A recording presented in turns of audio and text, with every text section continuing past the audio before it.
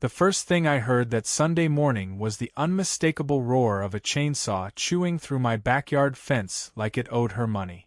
Not a metaphorical chainsaw, a real one, in the hands of a woman wearing a sequined sash that read HOA President and a bright pink visor that might have blinded a small aircraft.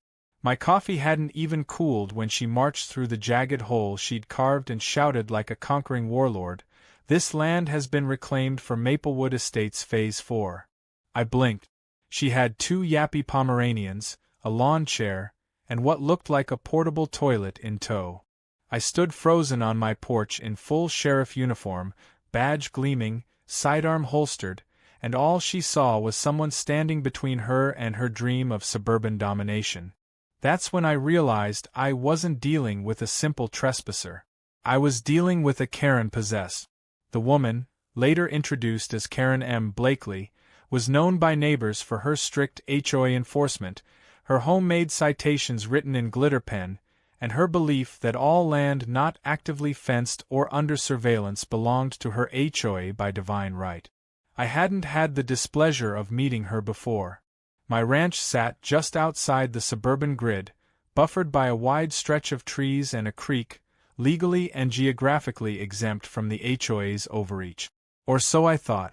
Karen's warped logic was that because the development had expanded and was running out of community garden space, the unused buffer land behind my property was fair game for annexation. And by annexation, she meant literally moving onto my property, fence be damned. I walked down the steps of my porch and asked if she needed help. She took it as an invitation to plant a crooked little sign in my grass. It was hand-painted and read, "Future Site, Maplewood Butterfly Meditation Garden." I informed her that she had trespassed, destroyed private property, and was now camping illegally. She informed me that I had been warned via the HOA newsletter and that my lack of reply counted as compliance. When I asked which mailbox she sent it to, she waved me off and said, "That's not the point. You can't gatekeep nature." She then pulled out her phone and started taking selfies in front of my barn, captioning them with things like "Community reclaiming effort begins today." I wanted to laugh. I really did. But when she unloaded a generator from the back of her SUV and hooked it up to a string of fairy lights, I realized she wasn't just here for the day. She was setting up permanent camp. I asked her to leave again, calmly, even offered to help pack her things, but she just turned up the generator and began unfolding a pop-up canopy. Her dogs had already claimed my strawberry patch as their personal latrine. One of them had the nerve to bark at me like I was the intruder. I pulled out my phone and called dispatch. Not to report her, yet, but to log the incident officially and begin documenting the timeline. Karen, who was now arranging gnome statues along the garden's border, spotted me on the phone and charged over, demanding to know which HOA liaison I had notified. When I told her it was the county sheriff's office, and I was the sheriff, her eyes narrowed like I had just confessed to being a member of an underground land hoarding syndicate. She scoffed and said, "You're just saying that because you know I'll have you fined for unauthorized fencing and unsanctioned agricultural activity." She gestured broadly at my entire property like it was some sort of renegade zone in a game of SimCity. I showed her my badge. She leaned forward, squinting at it, then leaned back and hissed, "Photoshop's gotten really good these days." Then she told me she was placing a lien on my land for illegal possession of shared community soil. At this point, I honestly thought this had to be some elaborate prank or that she was filming one of those social experiment videos. But no cameras. Just pure, undiluted entitlement. She began spray painting white lines on the grass to mark where her garden beds and meditation yurts would go. I asked her one last time to leave. Her response was to hand me a laminated HOA violation slip stating I owed $2, $600 in new member dues. She had pre-filled my name. My patience, honed by decades in law enforcement, was beginning to fray. But I knew better than to escalate. Instead, I asked her one question. "Do you have the deed to this land?" Her answer was to wave vaguely toward the cul-de-sac and mutter something about a proximity clause and evolutionary HOA jurisdiction. I took that as a no. That evening, I walked the perimeter of my land. Sure enough, her pink camping tent was fully staked in. Her generator buzzed into the night. I called in a favor to the county land assessor's office, asking them to send updated parcel maps in the morning. I knew what they would show. This land was mine, clear as daylight. But I wanted every document lined up. If she thought she could outmaneuver me with bureaucracy, she was about to get educated in the language of county ordinances and legal boundaries. The next morning, I came outside to find she had set up a welcome table with brochures titled Phase 4, Nature Lovers United. Her dogs had dug a crater under my utility shed. She offered me a community breakfast muffin and suggested I sign the guest book. I asked if she wanted to be arrested today or tomorrow. She laughed, assuming I was bluffing. Later that day, 2 other HOA board members showed up. A man named Doug who looked like a deer caught between fear and peer pressure, and a woman named Sharon who brought over a clipboard and a deeply unnecessary megaphone. They all started arguing about where to place the community fire pit. Karen announced that they'd be hosting a sunrise yoga session the following morning on my east-facing hill, complete with incense and Tibetan bowls. I nodded politely, walked back into the house, and made the second phone call. This one to my lawyer. As the sun set, casting long shadows over the chaos blooming in my backyard, I watched from my window while Karen danced barefoot in the grass, leading a chant about reclaiming spiritual spaces. I had dealt with criminals, smugglers, and even a few cultists in my day, but never had I encountered someone so wildly disconnected from reality, yet so determined to drag the world along with her. I wasn't worried. The hammer hadn't dropped yet, but I'd already started stacking the evidence. Videos, photos, audio recordings, multiple legal violations logged. Karen had no idea the land she'd just declared sovereign was protected not only by fencing, but by a sheriff with unlimited jurisdiction and an excellent memory for faces. And tomorrow she was going to learn what it meant to trespass on the wrong lawn. By sunrise the next morning, the circus had grown. Karen hadn't just doubled down on her delusion, she had gone full HOA revolutionary. My backyard now resembled a chaotic cross between a flea market and a yoga commune. Colorful banners flapped in the wind, reading things like Phase 4 Serenity Garden and Nature is for Everyone. Her 2 Pomeranians were now wearing name tags and designated as community morale officers. I stood at the edge of my property in disbelief, watching Karen direct her self-appointed HOA board like a boot camp instructor with a clipboard and a latte. She barked out orders while Sharon lugged a crate labeled Property Beautification Supplies that suspiciously included plastic flamingos, solar pathway lights, and a concrete garden gnome holding a wine glass. Doug, the more passive of the bunch, gave me a look that landed somewhere between embarrassment and hostage distress. He tried to avoid eye contact while hammering a crooked post into the ground. The sign it supported read, Shared Meditation Path. Residents only. I noticed it pointed directly toward my toolshed, as if my property was some sort of amenity she was now offering in a brochure. When I walked up to question them, Karen clapped her hands and shouted, Sheriff Jack, glad you've joined us for the official Phase 4 welcome walkthrough. We've scheduled it for 8 a.m. daily, right before community stretching. Then she winked and added, participation is mandatory. I glanced at the absurd map she was unrolling on my picnic table, where my property was labeled Unincorporated Spiritual Zone. She had drawn in walking trails, a reflecting pond, and even a zip line that didn't exist. The more I looked at the lines, the more I realized she had completely redrawn my backyard to suit her fantasy. My garage was marked as Tool Share Shack, and my chicken coop had been renamed Clucking Meditation Chamber. I let her ramble. This wasn't about convincing her. This was about collecting enough evidence that no judge on earth could mistake her intentions. I recorded everything with a body cam discreetly pinned to my flannel. When I asked if she had legal documentation approving this takeover, she gave me a laminated document that looked like it had been designed in Microsoft Paint and sealed with what appeared to be lip gloss. The letterhead said Greater Maplewood Expansion Authority, and was signed by someone named Regina Vibe, Minister of Tranquility. Doug finally spoke up, his voice low and hesitant. "Karen, maybe we should run this by the county. Just to be safe. You know, before we finalize the composting stations." Karen shot him a look that could have melted granite. "Doug, this is why you're still a junior board member." He went back to adjusting the garden gnome's angle without another word. I gave him a nod. He didn't nod back, but his expression said, "I know this is crazy, please don't arrest me yet." By midday, Karen had begun fining me. Yes, me, the legal owner of the land, for non-compliance with HOA Phase 4 landscaping guidelines.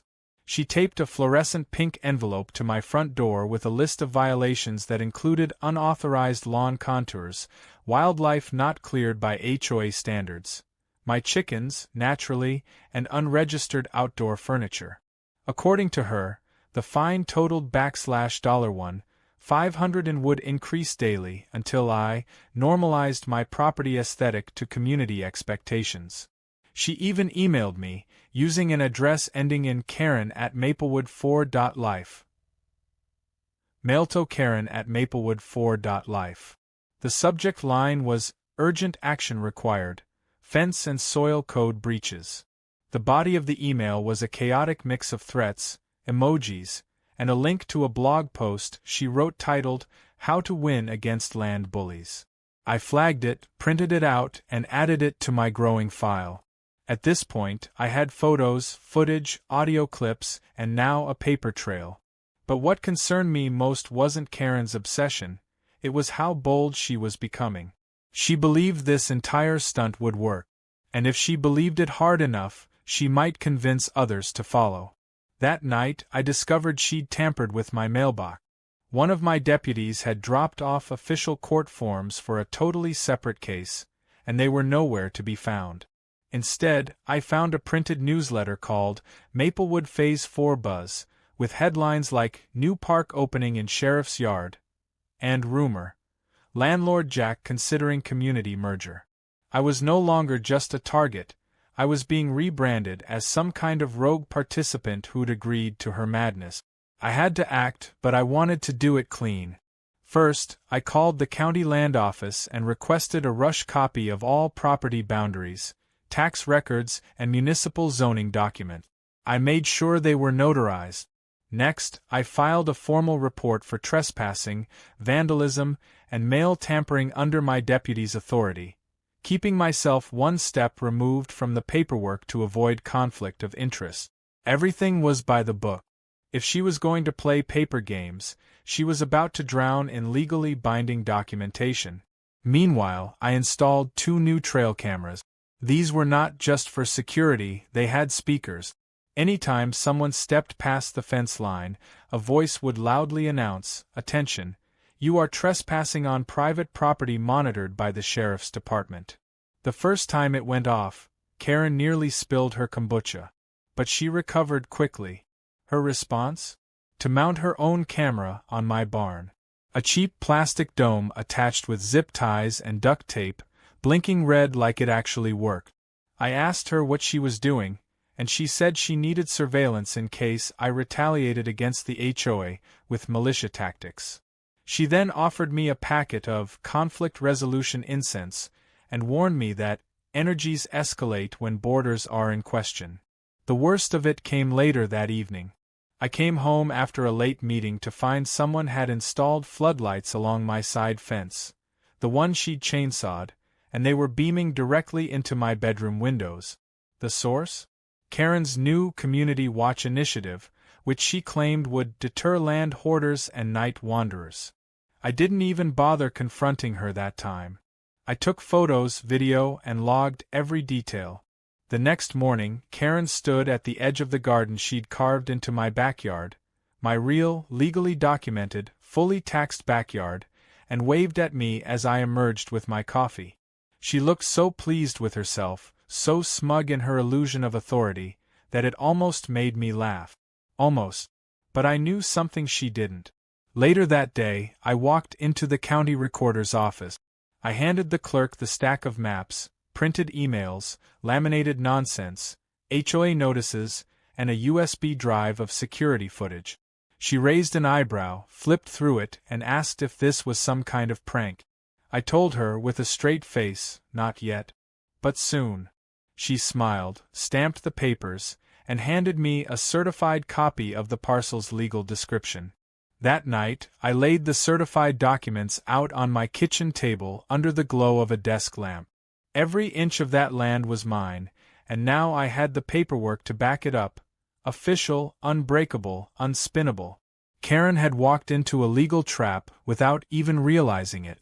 Outside, I could hear her leading what she called sunset affirmations.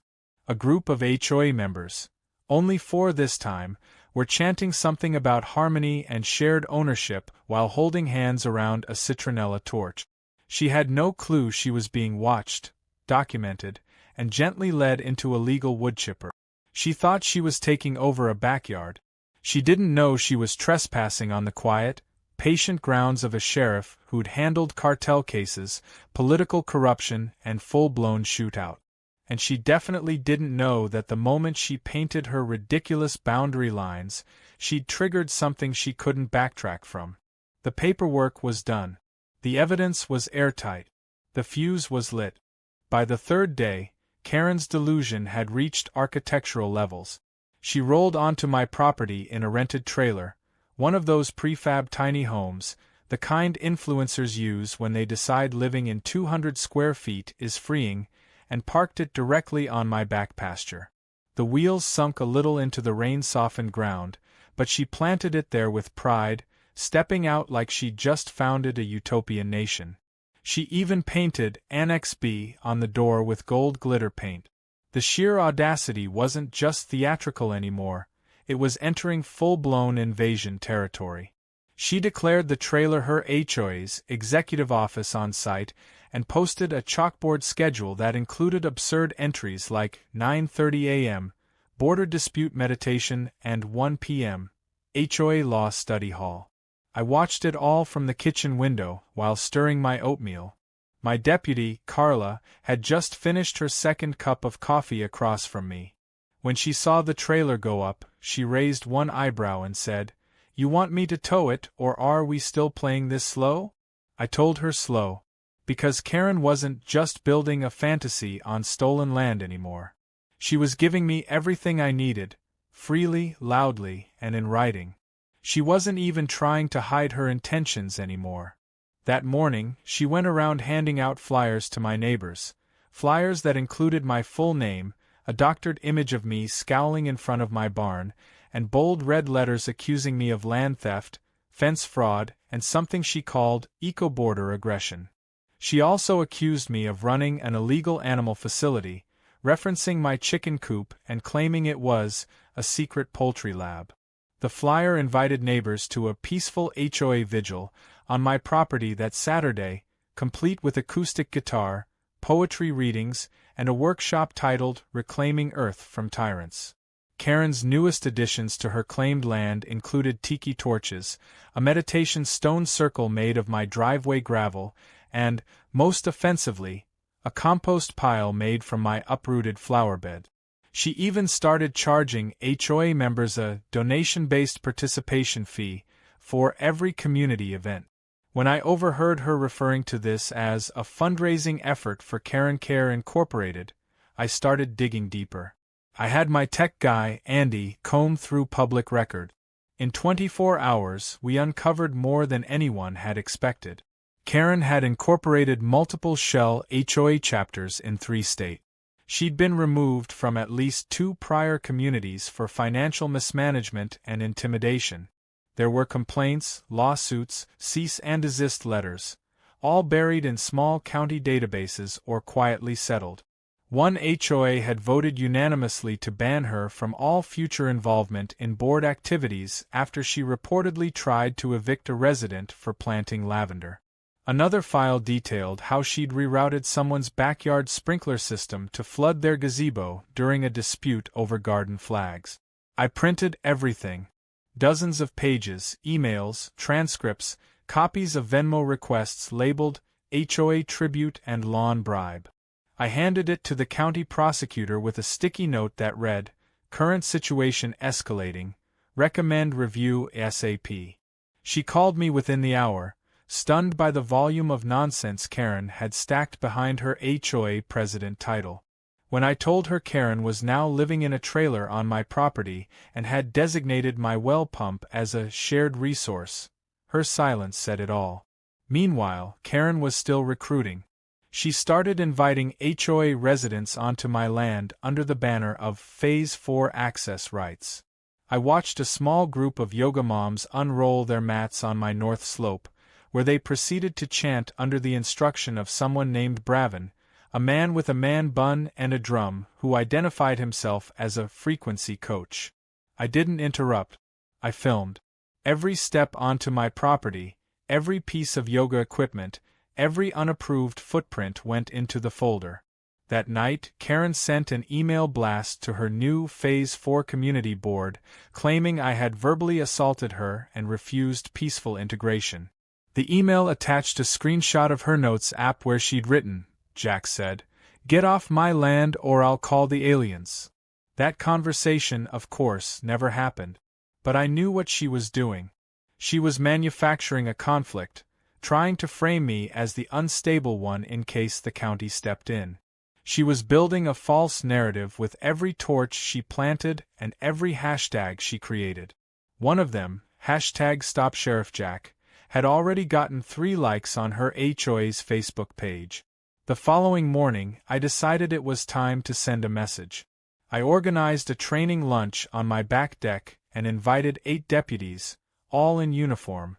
We grilled burgers, blasted Johnny Cash, and let the Squad K9s run laps along the fence. The moment Karen stepped out of her tiny home and saw us, she froze. Her expression wavered between smug and horrified as she realized every officer there had a body cam on and wasn't remotely interested in her fairy lights or chalkboard calendar. Doug shuffled over about 30 minutes in, mumbling an apology while holding a peace offering, a tray of brownies he claimed his wife made. He lowered his voice and confessed he never agreed with Karen's plan but had been railroaded into it after she threatened to have his yard regraded for code violations. I invited him to sit, let him talk, and assured him he wouldn't be looped into the charges if he came clean. That was the turning point. Doug brought me everything. A USB drive with board meeting recordings, scanned emails, secret group chats labeled HOA Inner Circle, and even Venmo receipts showing Karen's personal spa appointments paid directly from the HOA treasury. She had embezzled thousands over the last year while fining elderly residents for bird feeders. I thanked Doug and gave him a card to the prosecutor's office. Then I locked myself in my office that night and began assembling the motherlode of case files. Within 48 hours, the county prosecutor had signed off on multiple charges: trespassing, document forgery, misuse of community funds, unauthorized business activity on private land, and tampering with official correspondence. A judge issued a search warrant and restraining order in one go. I had them printed and served by noon the next day. But I didn't hand-deliver them.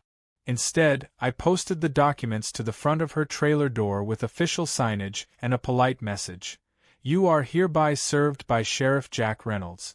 All activities on this land must cease immediately."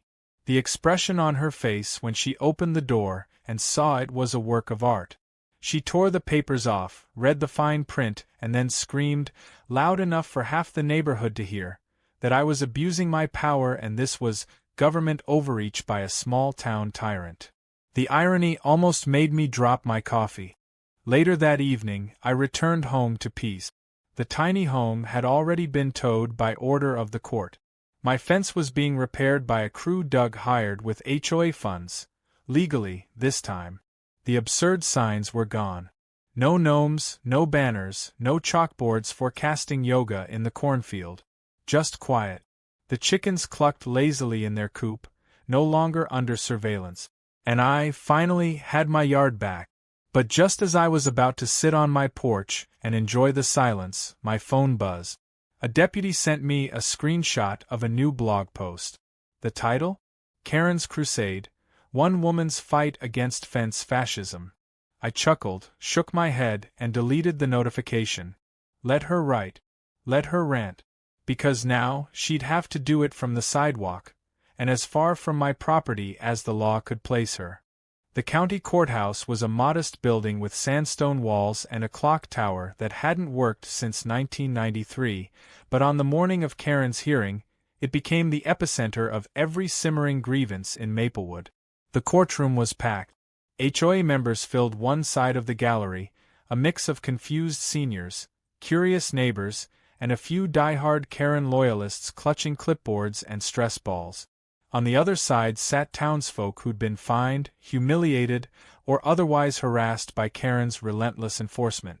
I sat near the front with my deputy, Carla, who leaned in and whispered, "This is either going to be a circus or a TED Talk on delusion." I nodded and adjusted the folder in my lap, an evidence packet thick enough to warrant its own zip code. Karen strutted in 5 minutes late, wearing a blazer covered in embroidered butterflies and dragging a pink roller suitcase filled with what she loudly announced were documents, vision boards, and community healing plans. The judge, a no-nonsense woman named Judge Martell, raised an eyebrow before asking Karen if she had legal representation.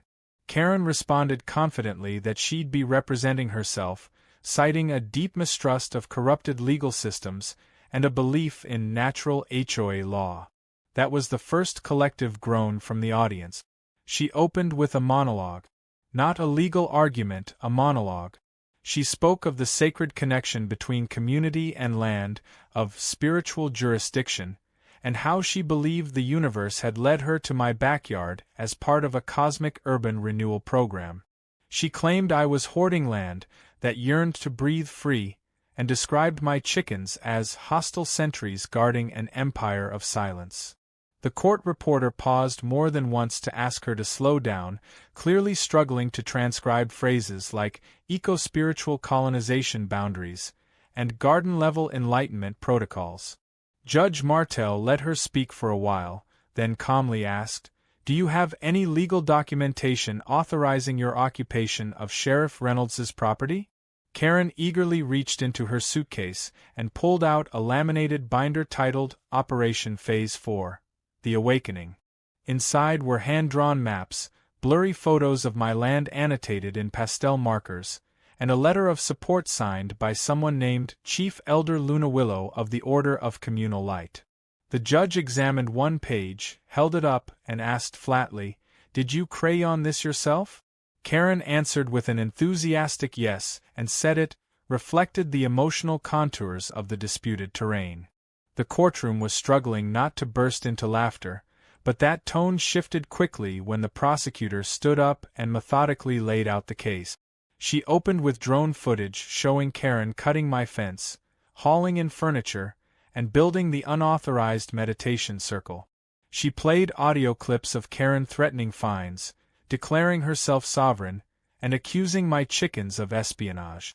Then came the financial records, bank transfers, PayPal logs, and Doug's whistleblower testimony explaining how Karen siphoned HOA dues for personal luxury expenses.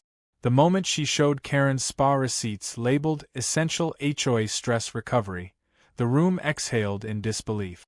Karen tried to interrupt several times, objecting loudly to words like trespass and embezzlement as legal constructs rooted in toxic individualism.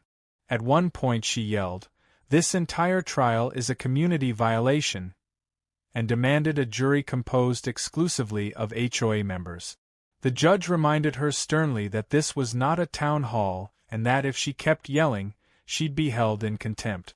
Karen huffed, then slumped into her chair, muttering something about spiritually weaponized gavel energy. Then it was my turn to testify. I walked to the stand, placed my hand on the Bible, and gave a calm, professional account of everything. The chainsaw, the fake documents, the tiny home invasion. I spoke plainly, with zero emotion, letting the evidence speak for itself. Karen glared at me the entire time, scribbling in her notebook like she was preparing a rebuttal for a Reddit thread. When I concluded by saying, she didn't just ignore the law, she tried to rewrite it with glitter and entitlement, the judge actually nodded. Karen tried to cross-examine me. Her questions made little sense. She asked me how I felt about butterflies. She asked if I had ever read auras. She then tried to accuse me of planting subliminal messages in my property signs and claimed the phrase, private property, was coded hate speech. The judge let it continue just long enough for the absurdity to reveal itself, then cut her off and moved to final arguments. Karen's final statement was delivered as a spoken-word poem. She recited it while holding a potted plant and spinning slowly in place, referencing the moon, HOA bylaws, and the tyranny of fences. The judge let her finish out of what I assumed was morbid curiosity. The prosecutor stood and simply said, "The evidence is overwhelming. The defendant's actions were illegal, deceptive, and, frankly, dangerous." That was it. The contrast could not have been sharper. The courtroom was silent as Judge Martell prepared her verdict. Karen straightened her blazer like she expected an apology. The judge looked her square in the eye and said, "You are guilty on all counts. Trespassing, fraud, financial misconduct. You're banned from holding any HOA office for life. You're ordered to pay full restitution to the Maplewood HOA members you defrauded, and you'll complete 500 hours of community service under county supervision." Karen gasped, opened her mouth to protest, but the judge wasn't done. "And you are to vacate Sheriff Reynolds's property immediately. If you step foot on his land again, you will be arrested without delay." Karen collapsed into her chair, visibly shaking. She asked if she could at least keep the meditation stones. The judge responded, "You're lucky we're not billing you for the damage to the grass."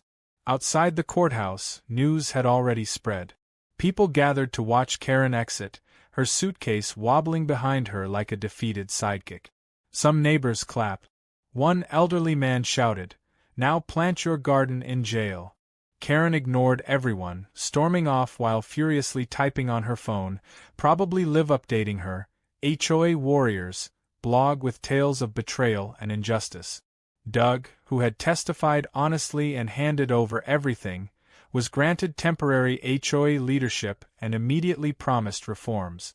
I walked up to him after the verdict and offered a handshake.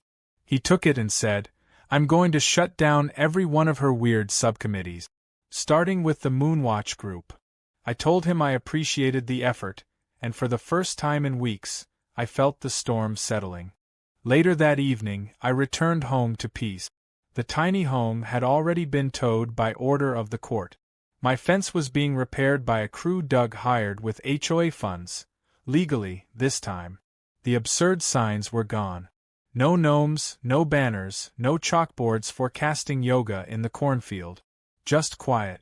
The chickens clucked lazily in their coop, no longer under surveillance. And I, finally, had my yard back. But just as I was about to sit on my porch and enjoy the silence, my phone buzzed. A deputy sent me a screenshot of a new blog post. The title? Karen's Crusade, One Woman's Fight Against Fence Fascism. I chuckled, shook my head, and deleted the notification. Let her write. Let her rant. Because now, she'd have to do it from the sidewalk, and as far from my property as the law could place her. The days that followed Karen's courtroom meltdown were the quietest I'd experienced on my land since she first chainsawed her way onto it.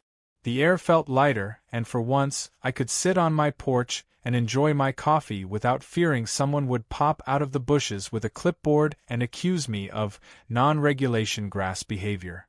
The meditation stones were gone, the tiki torches had been hauled off by city workers, and the absurd Annex B trailer had been dismantled and towed to the county impound lot.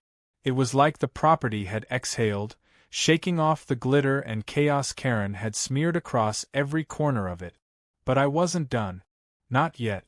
Karen may have been legally shut down, but I still had a mess to clean up. My fence had been sawed, torn, trampled, and graffitied. The once healthy strawberry patch was now a brown crater of churned mud thanks to her dogs. My shed had a solar-powered disco ball glued to the roof.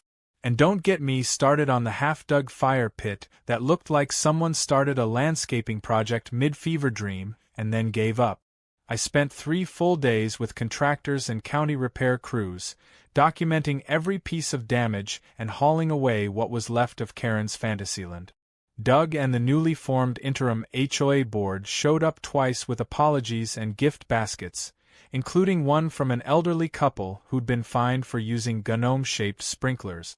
They thanked me for holding the line and asked if I'd ever consider attending their next HOA meeting as a guest speaker. I politely declined. The restitution order kicked in fast. Karen was forced to liquidate several of her decorative home staging side businesses to begin paying back the neighbors she'd fleeced. The same people she had once terrorized with arbitrary fees were now receiving checks labeled court-mandated refund. I couldn't lie, it felt good watching justice take a slow, methodical victory lap. And just when I thought the story had wrapped itself into a neat little bow, a new twist showed up in my mailbox. It was a letter, handwritten, no return address, but I recognized the writing, tight, slanted cursive with tiny swirls on every capital letter. Karen. I opened it cautiously, half expecting it to be laced with lavender oil or a pressed flower shaped like a middle finger. Instead, it was surprisingly tame. She said she was sorry. Not entirely for what she did, more like sorry that I had misunderstood her vision. She claimed that her actions came from a place of collective spirit, and that she believed she was truly building something beautiful. Then, in the same breath, she said she planned to file a civil complaint against the HOA board for emotional abandonment. At the bottom was a drawing of a butterfly perched on a fence post, and below it she wrote, "Nature always finds a way." I folded the letter, sighed, and filed it in the drawer labeled "just in case." Weeks passed. The land healed. I reseeded the patch where the trailer had left deep ruts, replaced the flower beds with native plants, and even let my chickens roam a bit farther than usual. I added a sign to the newly built section of the fence, one that read in calm, carved wood, "This land is lawfully protected." One day, I saw Sharon from the HOA walking past the edge of my property with a new group of board members.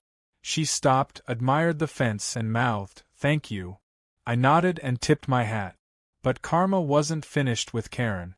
Word spread that she'd tried to start a new HOA initiative in a nearby town under the name Civic Renewal Collective.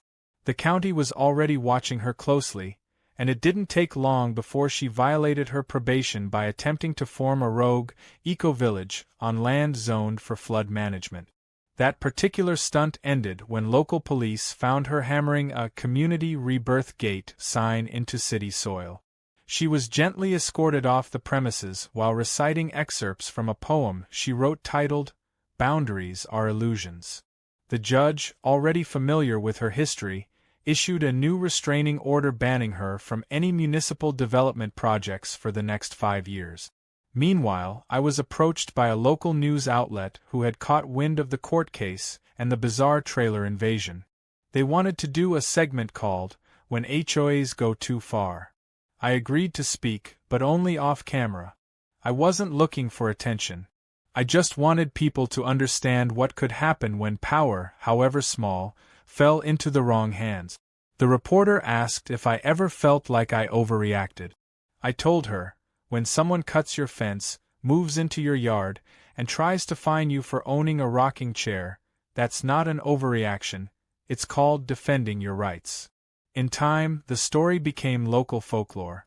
People told it at barbecues and laughed about the trailer invasion of 25. Kids dared each other to run past the edge of my pasture and knock on the post where Karen once nailed her community rules.